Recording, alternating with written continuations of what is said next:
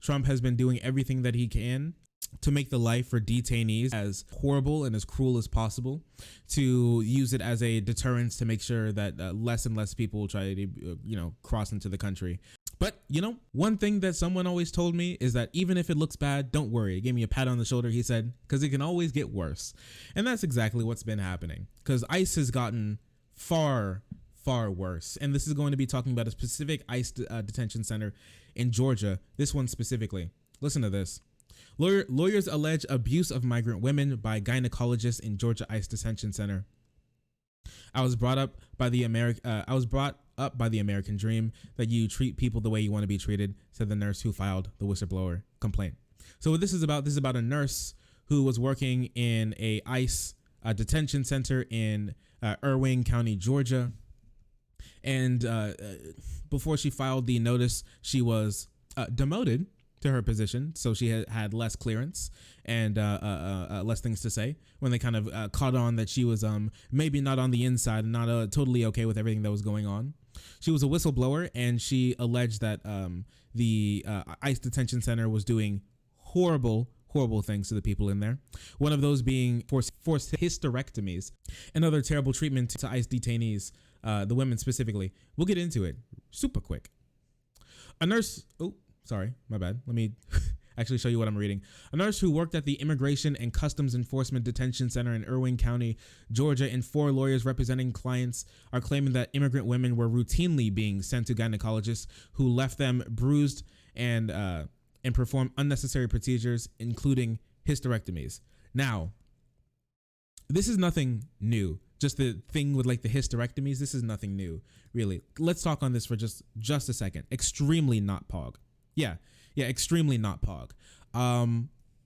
Hysterectomies is a thing that's been weaponized against like undesirables, massive undesirables for a long time.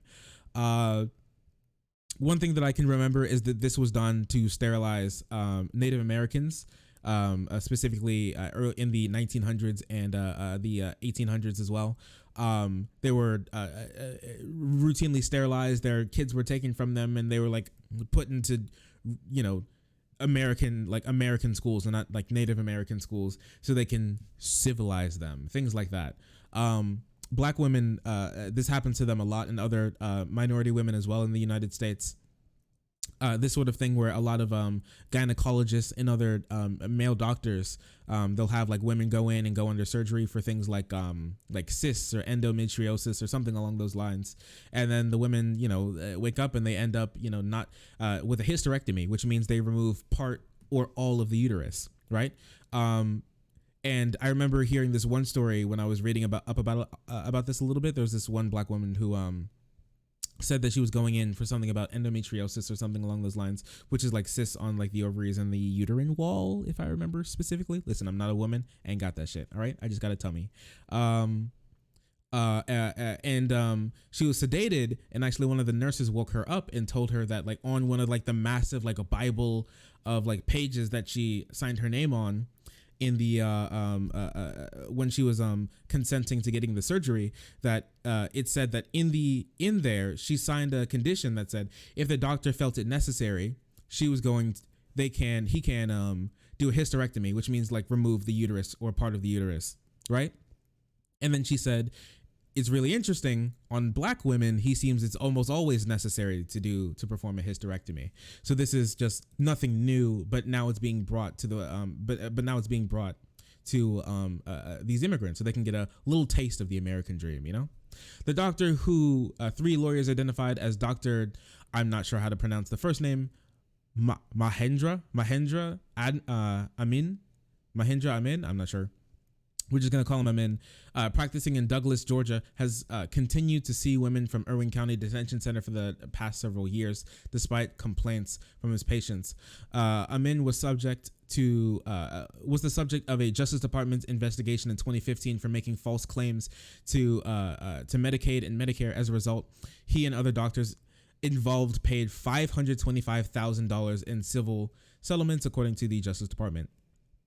So this guy, he's been around the block. So he's a notorious face in these places, but now he's able to do his dirty work on unsuspecting Hispanic women who've been kept in ICE detention centers as they await their maybe trial, or they just get kicked out of the country. No one really knows, because these people are being kept far longer than they should be under law. But no one, just Trump's just been able to do whatever he wants, basically.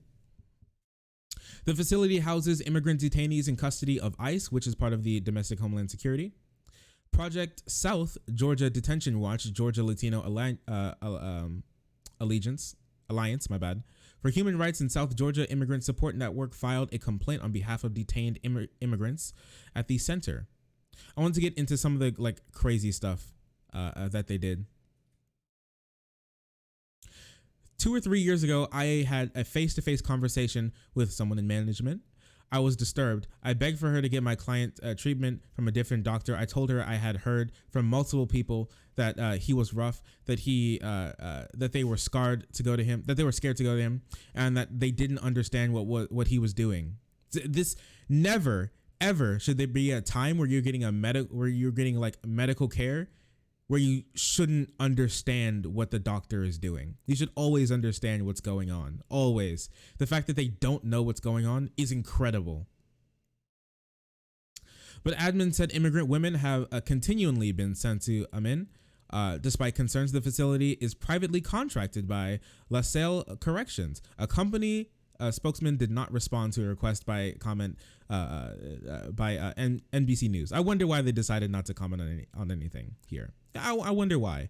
So this guy, people are sent to him, and he performs these operations on women. They're very rough. He leaves them scarred. He doesn't do very good work. I haven't heard anything about them being literally mutilated, but I wouldn't be worried. Yeah, that is terrifying. This is like horror movie type shit going on, right? I don't think it's necessarily a systemic sterilization by ICE. I think it's more kind of a thing that they allow it to flourish in the course of poor oversight and terrible inhumane conditions of confinement. So at this point in time, is it really much different that it's not literal sterilization? There's not like a literal thing that they're doing, but they just allow it to happen under their watch and just pretend they see nothing. I see nothing. Right? And just allow these sorts of things to happen. It wasn't in this article specifically, but I can talk about it for a second. People actually in that ICE detention center referred to this guy as the uterus collector, because almost all the women who are sent to him end up, for some reason, having their uterus removed, having hysterectomies when they wake up, and not actually understanding why.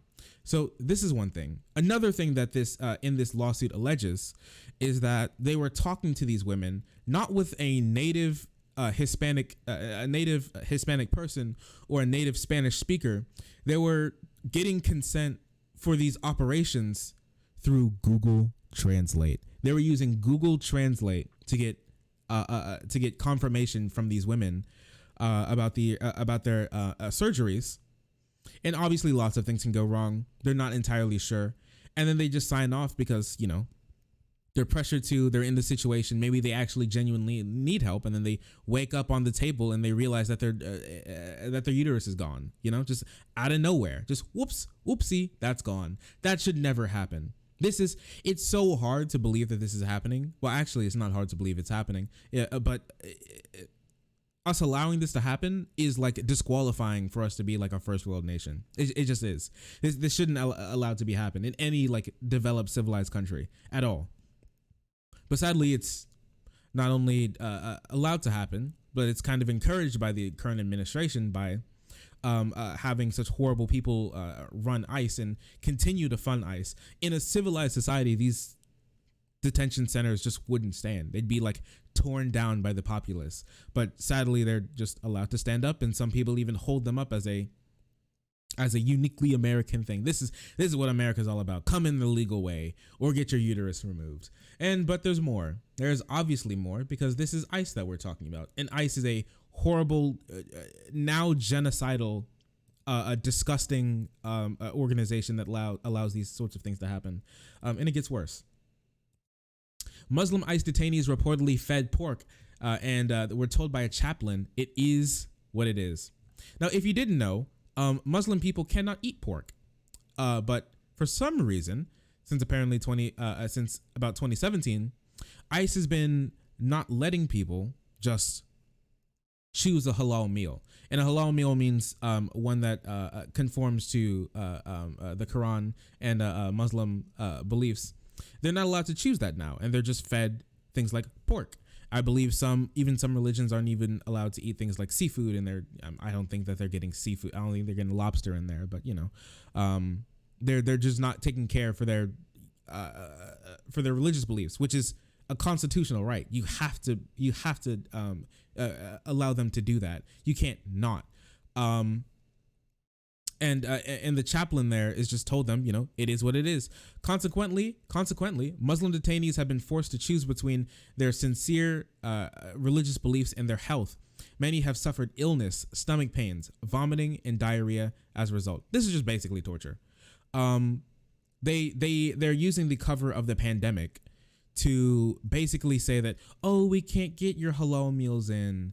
Oh, looks like we're just gonna have to force feed you pork, which isn't that a real issue? Isn't that a real problem? Ain't that a stinker? And there's more.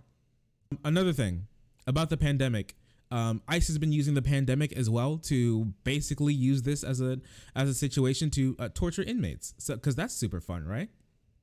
Bloody noses and burning eyes. Advocates file a complaint over chemical disinfectant use at El Dorado Detention Center. So basically what this is that the facility currently holds 1,100 detained immigrants, including asylum seekers and people who are fighting deportation.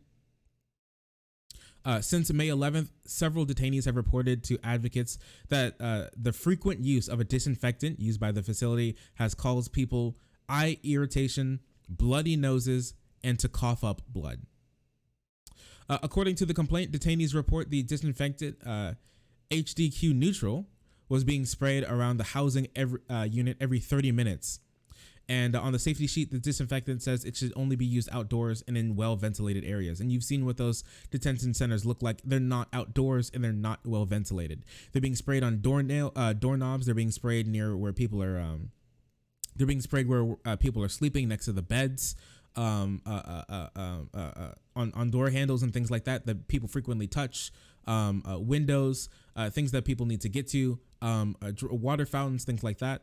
And they're not being kept safely away from it. And because of that, their health is deteriorating quickly. Disinfectant formulas used at El Dorado are in compliant with the detention's standards and registered by the EPA. So this is what ICE had to say. This is what ICE had to say. Listen, we're not doing anything wrong. It's false. This isn't happening. It just ain't happening, dog. It just really ain't happening.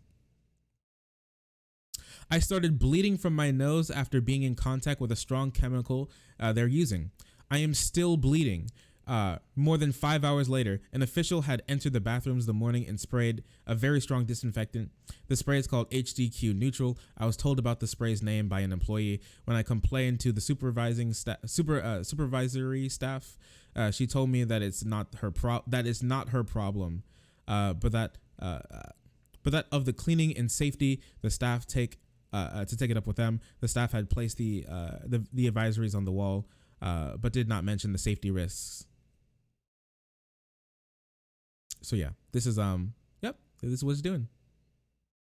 Yeah, every 15 to 20 minutes, they say, all day, all night. So they're just kept around this chemical at all points in time, and they're just suffering from it. They're just I wouldn't doubt someone literally dies from this happening. Every 15 to 30 minutes around the housing units, they sprayed chemicals that are coming into contact with individuals' eyes, nose, mouths, and skin. You're not supposed to ingest this. They say painful red, swollen eyes, nose, and throat, painful red blistering skin, nosebleeds, sneezes, and coughs that produce blood, severe nausea, stomach pain, headaches, fainting, things like just the average things that happen when you're in contact with your regular old disinfectant. How super sick, how cool, how interesting.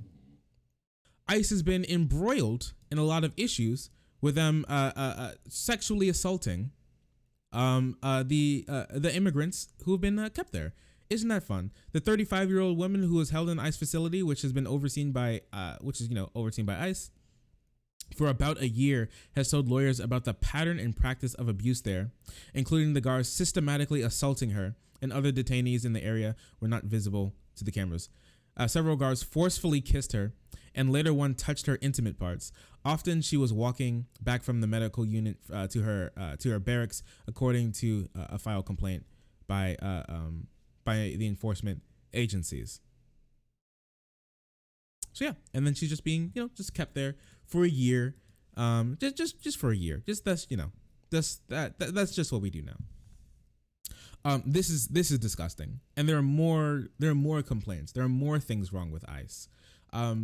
If these glaring problems with this unnecessary agency doesn't let you know that this shouldn't exist, I don't know what will.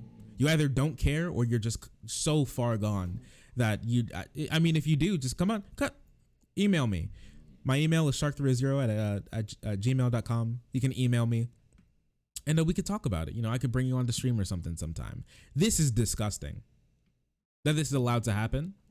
And even more disgusting is that there's a whole political party, the Republican Party, around it, propping it up, holding it up as some sort of great use of resources, keeping the country safe.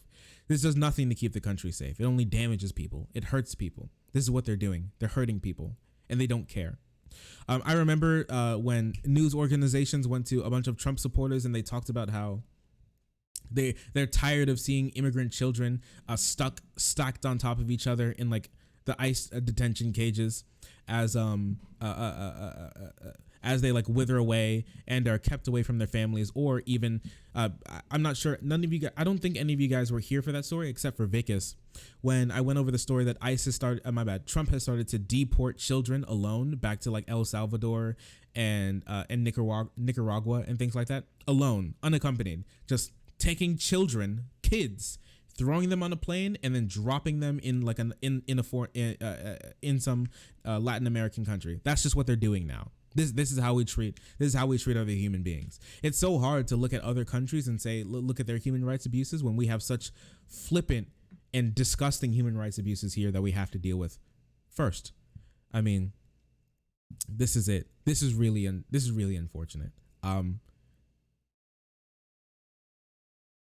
Oh, you don't want to be deported? Don't commit crimes when you're 5 years old. Yeah, idiot, dumbass. Stop trying to get into our beautiful country, buffoon. Have fun with those drug gangs and cartels, dumbass. Like, wow. Have fun living it. Have fun getting dropped away from your country and your family alone. Have fun with that, bud. I'll see you later. Yeah, that's what we're working with now. This is why ICE needs to be taken away. We didn't have ICE before the early 2000s. We can live without ICE again, and we can live without this sort of like erosion, this absolutely egregious disregard for human life that's happening all across this country now. And I'm not sure what we can do right now to fix it. One thing we can do is try to at least get Trump out. He's the one trying to push it to be even worse. So if that's the case, maybe we can do something there. Direct action would be good. And then lobbying your local politician to try to get them to be on board with taking away ICE. We don't need it. We already have Homeland Security. We already have Border Patrol. We don't need ICE. We don't. And we don't need these concentration camps at the border performing eugenics, allowing assault and rape to happen, losing children, deporting children alone, leaving people around harmful chemicals that is leading them to bleed from their nose, eyes, and mouth. We don't need that. We don't. And the only people looking to keep it up are the people who don't care about this suffering happening. They're just bad people. They're just bad people.